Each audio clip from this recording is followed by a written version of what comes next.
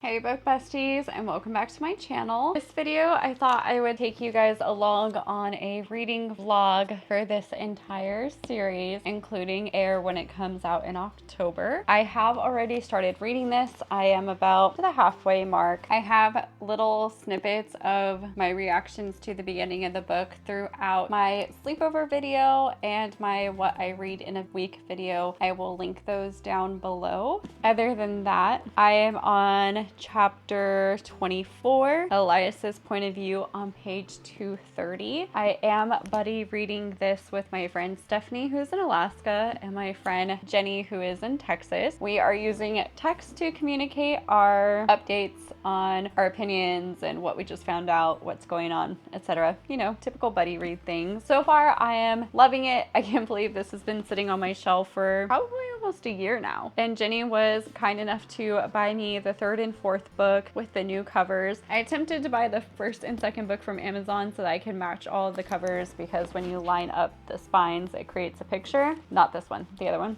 But they kept sending me this one over and over again. And then they said I could keep it. So now I have two of this cover. So I'm probably going to donate them. Until I get the new ones, I'll be reading these covers. Tonight, I'm going to try and read as much as I can, because now at this point, I am the one that is the most behind, because I've had a lot going on this week. We'll continue more in depth from where I've left off here. So far, I'm loving it. I think it's really good. It starts out with action pretty much instantly. Her family is, I suppose, scholars. Her parents were part of the resistance, which is what got them killed because somebody, I believe, turned them in. Now her brother is captured because somebody from the resistance also turned him in. When they came for the brother, they ended up killing her grandparents, which is all that she had left besides her brother at this point. They took in the brother, they have him in jail, which they either torture them until they get the information they want, or they kill them even after they get the information. She has nobody to run to. She guesses that the resistance is all that she can go to at this point. I let Stephanie know I don't know if myself would go to the resistance after they are the reason that my brother is kidnapped and my parents are dead. Even though they're a part of it, there's people in it that keep giving the names out and getting people hurt. She eventually finds the resistance. She's begging them, please help me. My brother is all I had. You guys are the reason that he is where he's at anyways. You kind of owe me. Don't you have honor? So they're like, okay, yeah, we'll help you, but you have to do something for us. So she agrees to go undercover as a maid to the commandant. And the commandant is somebody that is not fun, not nice, evil lady. The last maid that served her killed herself, and then I believe she did kill other maids. It's not going to be an easy task. They do let her know that. She takes it on willingly, goes undercover. She is currently still there. Commandant isn't aware that she's undercover yet, but she is smart, and they do say that she sees and hears things that she shouldn't. Commandant is also Elias's mother. Elias is the other point of view in this book that we get, and he is currently in training to be what they call a mask. They wear this mask that eventually melts to their skin. They work for the Empire. The Empire is not good, but he is showing signs of not wanting to be a part of that. He doesn't agree with it. He's not for the violence. He takes off his mask as much as possible. He doesn't want that thing anywhere near his face. He does not want it permanently on there. He did want to desert, but then something called an augur, I believe, came and told him, listen, you got two choices. You can stay and this will be your destiny,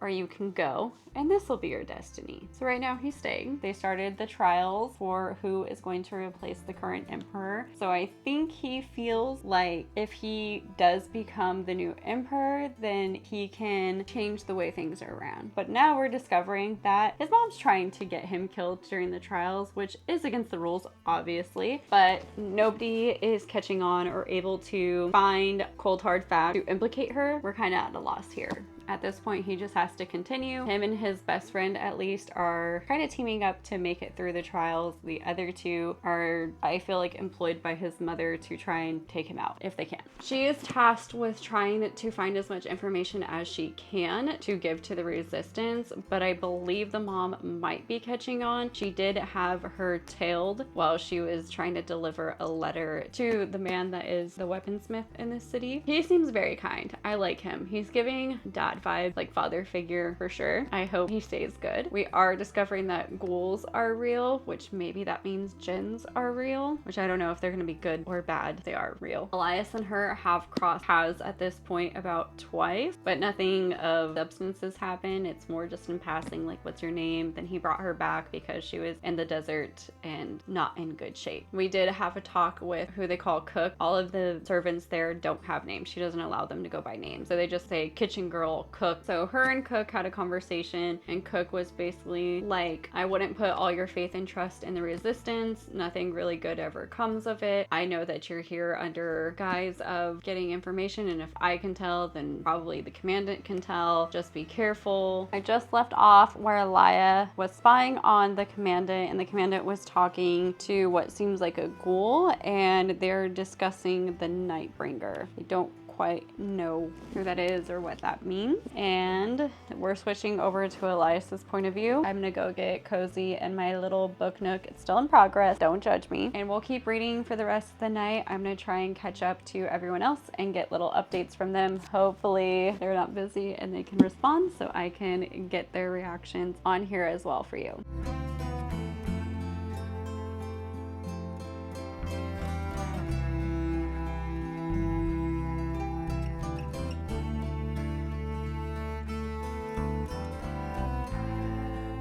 I forgot to add that the second trial did occur as well, and it left off with Elias plummeting to what probably should have been his death. He just woke up in the infirmary and it looks like Helene won. They had to kill a bunch of legionnaires and other creatures, one of them being the only way to scare them off is to sing. So she had to sing while he was what she thought was dead to get them to leave so she could go rescue him. And when you win, you get a token. Her token for winning is super cool. It's almost like a video game. Like, you know, you beat a boss, then you get like this special loot. So she received a shirt made of living metal that's similar to their mask, and it said that it's supposed to turn away all blades. I would want to win every single trial so I can get some specialized loot. I'm happy she won because the last one of the evil other contestants won.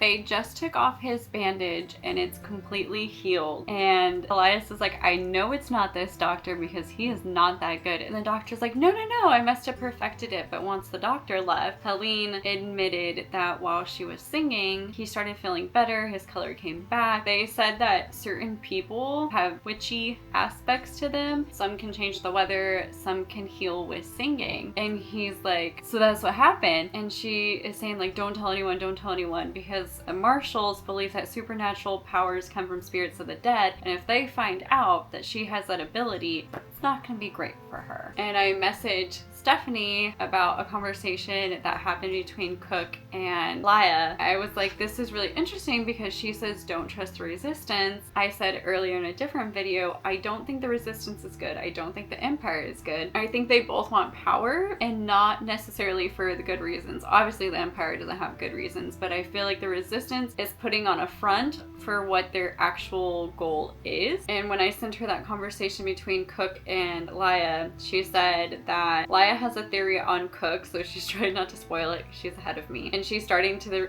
think the resistance isn't good either, and that Maz has been acting weird from the beginning, which I agree. I don't trust him. And now I just thought, what if he's working with a commandant and that's how these people are getting found out? I think they're either getting found out from him or the ghouls are working for her. She knows things that nobody else is really saying in public.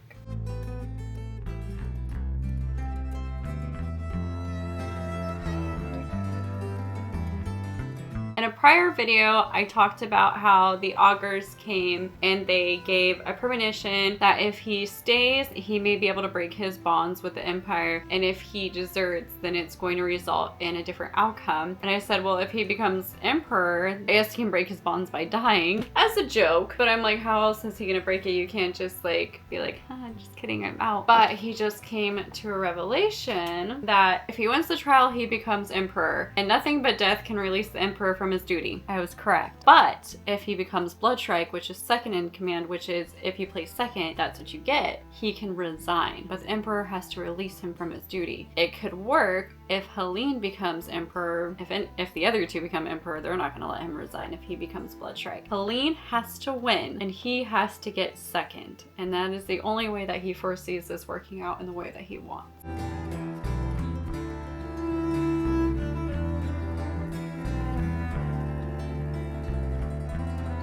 Elias went to go bring Laia bloodroot serum that he promised her he would bring, and while he was outside he overheard them wanting to sneak out, and Helene shows up and says, I'm gonna report them. And he's trying to explain, please don't report them, they're just people. If we were born to a different family, that could easily be us. And she said, what are you saying, that I should feel sorry for the scholars, that I should think of them as equals? We conquered them, we ruled them now, it's the way of the world. Yeah, you should think of them as equals, because I don't know, they're people? I don't know if she would let him go if he was Bloodstrike. I don't see it working. He says that he's gonna stop her, and she says, what are you gonna do to stop me? And he said, okay, well, if you're gonna tell on them for sneaking out, then I can tell on you for your powers. Of course, that didn't go over well. Now she wants nothing to do with them. How's the plan gonna work?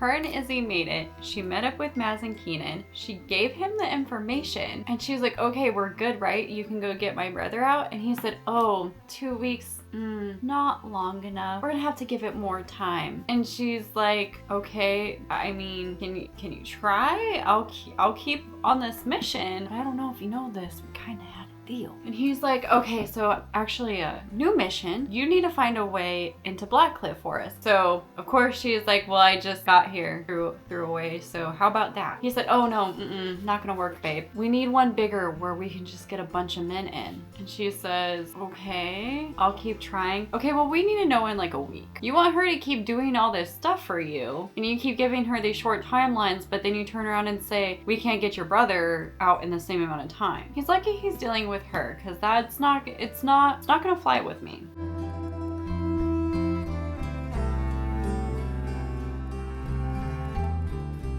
Keenan just said he knew her father. Her father had taken him in when he was on the streets begging. And so he said, I didn't want you to go to Blackcliff because I felt like I owed your father. And then he goes on to say what I've been thinking this whole time. I do agree that it's wrong to leave your brother in prison when we can help him, especially since it's our men who put him there. Exactly.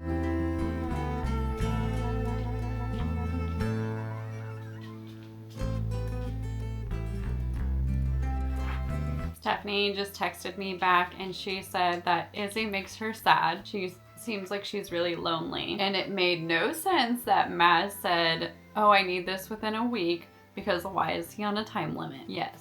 What are you up to? Because I don't think it's good.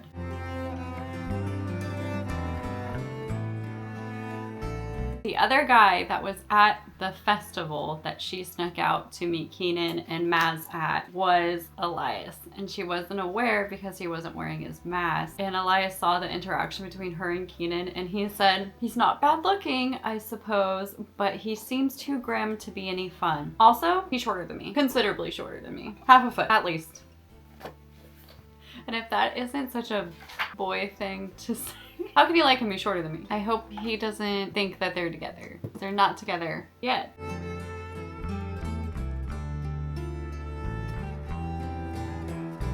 While Elias was watching Keenan and Laia's interaction, a tribeswoman asked him for a dance. They danced for 3 dances, and at the end she hands him a coin, which he said is very rare, and it usually means a favor is owned, hardly ever given out by women. She had recognized who he was, and she said, your secret is safe with me, and should you ever need anything, my tribe is at your service. Foreshadowing. I like her. Stephanie just texted me back and I was like, this literally made me laugh out loud about him being shorter. And she said, yeah. I was like, oop, he's short, so he's not gonna be the main love interest. Maybe he'll get with Izzy. And Izzy enjoying herself at this festival is making me so sad because this isn't her life and she isn't going to get to enjoy this.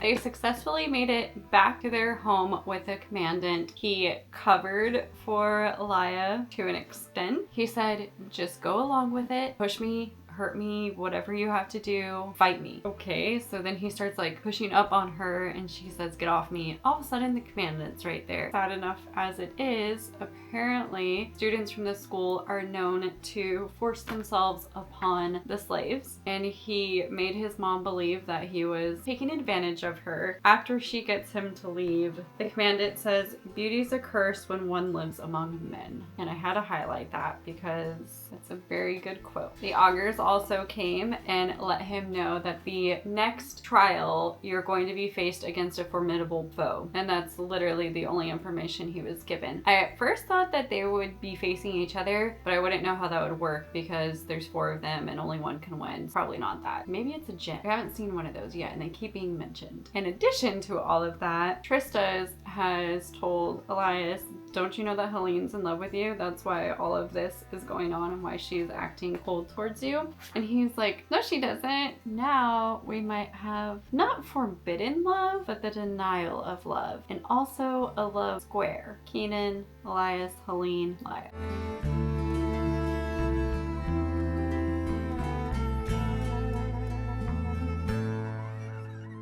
Quick little update. I texted Stephanie and I said, Elias playing 21 questions about who Kenan is so cute. It's giving jealous. She said, I know. I was like, that's so cute. I like them together. I said, oh, I love him. He's got the whole masked man thing going on. Also, the show he put on for his mom so that she wouldn't punish her. She said, ooh, Death Eater vibes. And that she loves that he's a good person even though everyone around him isn't. And I said, yes, it's giving a man that can think for himself. And we also found out that the tribeswoman that he had danced with that gave him the coin is actually a leader that was meeting with Teliman, I think is how you say it, the weaponsmith. And during the conversation that gave us that information, Laya was talking to him and explaining the situation, and he was telling her, your brother isn't going to be executed, like he was just moved. And she said, no, that's not what I was told. He's going to be executed in a week. And he said, I don't know who you're talking to or getting your information from, but I don't think so. And then we have this conversation between Elia and Cook, and Cook says, the next time you see Mazen, you ask him where exactly your brother is in Central, what cell, ask him how he knows, ask him who his spies are, and ask him how getting an entrance here is gonna help save your brother. And she ate that up because, right, now you have multiple people telling you this isn't adding up. Kenan says, I don't know, he's a little suspicious. You have Teliman that's saying your brother was moved, and you have Cook saying he's full of, you know. Girl, I'm not liking this.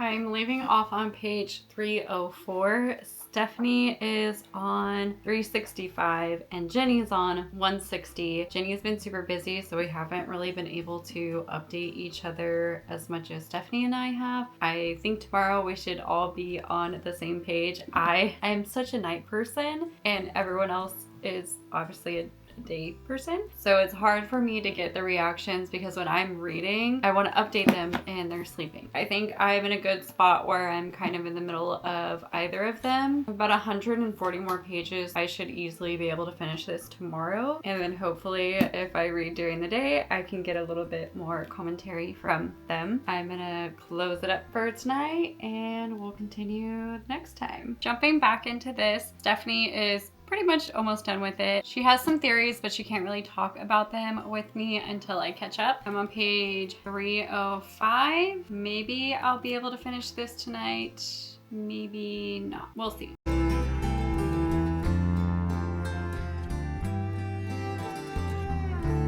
I've been saying that I don't trust Mazen, and she just met up with him again and finally asked the questions that everyone's asking, but he had good answers. His answer made sense. Deceptive people are really good liars, and now I don't know how to feel because she said he didn't look her in the eye. That could be so many things. Her brother could not exist anymore. Her brother could already be out and he's just using her to continue as a spy, or he has no desire to get him out. I'm on page 331. I'm almost caught up to where she was last night. Hopefully I can finish it.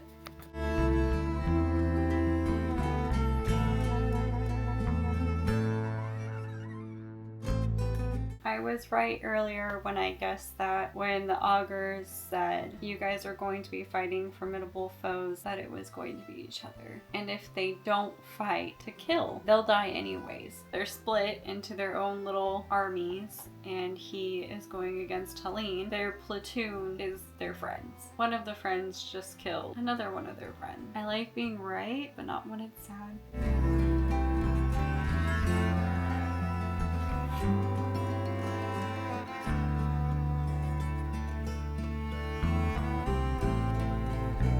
I've finished the third trial. I'm not gonna lie, it was very rough. I almost cried.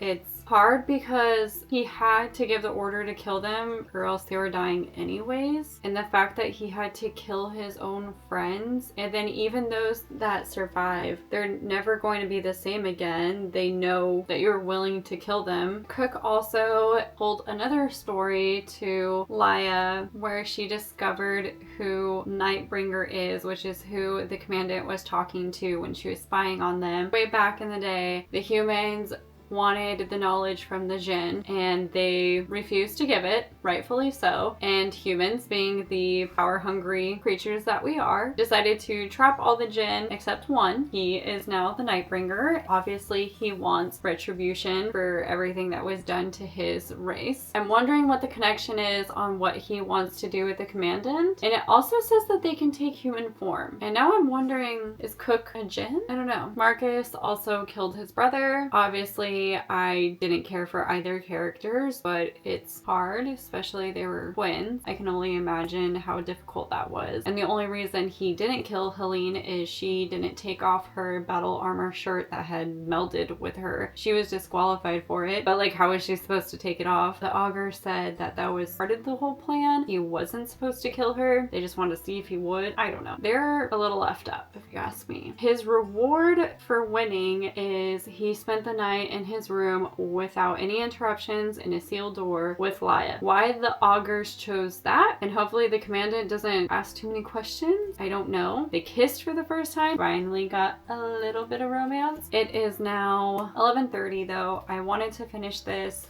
but I also want to be fully awake to process the ending. I have a feeling it's gonna get a little crazy. Stephanie also messaged me back and said that Elias is dumb because he didn't realize right away that the trial was gonna be against each other. Everyone else got that by him. I'm gonna finish this tomorrow, and then if I have time, I will start the second book to be continued. Everyone has officially finished the book. Now I get to play catch up. I love to be behind so I can just send everyone my thoughts as they come to my mind and I don't have to worry about spoiling. I am on page 375. I have under 100 pages left. I can definitely do that tonight. And then I'm going to jump into the second book. I plan to read straight through the series. If I don't, I'm gonna forget everything. And I hate looking up a breakdown online because I feel like what mattered to them might not have mattered to me and vice versa. I like to remember all the little things. Stephanie did update me once she finished it that her quotes, "I am deceased." So now I'm stressed out, but I'm also happy because I love a book that rips your heart out, stresses you out, and makes you cry. Why? Because the real world sucks? I don't know. But if I'm gonna be tortured out here, I might as well be tortured in here too. Guess that's my mantra. Don't live by that. Jenny also just texted me and said she is done and to just let my updates fly with hers. Everyone gave me free reign. I'm gonna let them go. Stephanie and I also got together and talked about how we think Helene is going to continue to be evil, but worse, and probably just stick that way. I'm hoping that she turns evil, sees the light, comes back. I love a good redemption arc. I even like when a good character becomes bad. It's even better when a bad character becomes good. But there's just something about a character that you're like, oh, they're so sweet. They would never. And then they do, because that's real life too. Not always though. I'm gonna get cozy and we're gonna finish this one.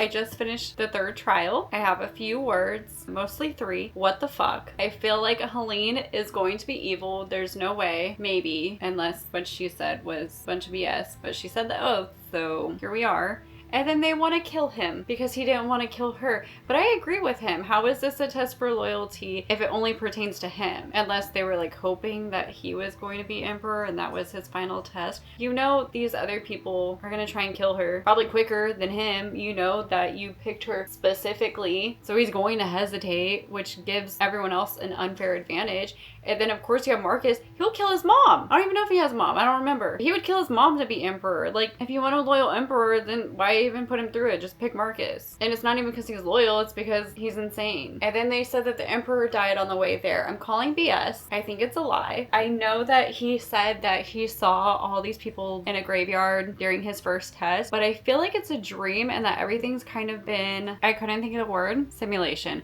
I feel like it was a simulation. I don't think they're really dead. Well, obviously, this is the first book and there's 3 more. Do I think they're gonna kill Aflaia in the first book? No. Maybe, but no. I'm about to start the 3rd part. I did text them to give them updates and Stephanie said, oh my god, I don't even want to say anything because I feel like I'll spoil it, which makes me feel like some of what I said is correct. And then I told Jenny what I thought and she said no comment with like 12 exclamation points. So I feel like I'm on the right track here. And then she said, don't look up the synopsis to air because there will be spoilers. I only looked at when it was going to be released. I went to go read it on Goodreads and I was like, no. Because what if there's names in there that are in here that I'm gonna know? So didn't move forward with that. I'm gonna finish this up now. I have about 40 more pages.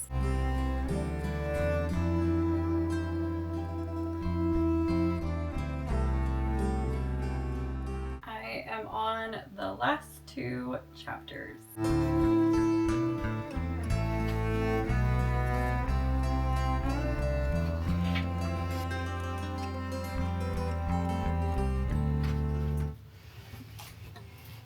Okay, I just finished it. Didn't end super intense, in my opinion, and it didn't end very sad. When Stephanie texted me that she was deceased, I was hoping there would be something like emotionally wrenching. There were some twists. Helene isn't evil yet. She made a deal that if she did certain things, Elias would live, and so far he's living, so far she's going to stick to her word. Hopefully someone takes out Marcus. She was able to sneak out his grandfather, so I'm wondering if he's gonna join up with them. I'm still wondering what the relationship is between the grandfather and the mother. The mother kind of gave us her backstory a little bit, but it still doesn't explain why she hates him. I have a feeling that she became pregnant out of assault, and that's why she said like, you're my biggest failure. Since she's so prideful and she has a big ego, like maybe somebody like bested her during a battle and he was the result of that, and that's why she hates him. Other than that, I can't imagine why she hates him so much. The augurs are also interesting. They don't really work for anyone. They work for themselves, but they don't tell everyone what their plan is. Little secret keepers. But I'm excited to start the 2nd book. I'm just very tired. Thank you for joining me while I read and reacted to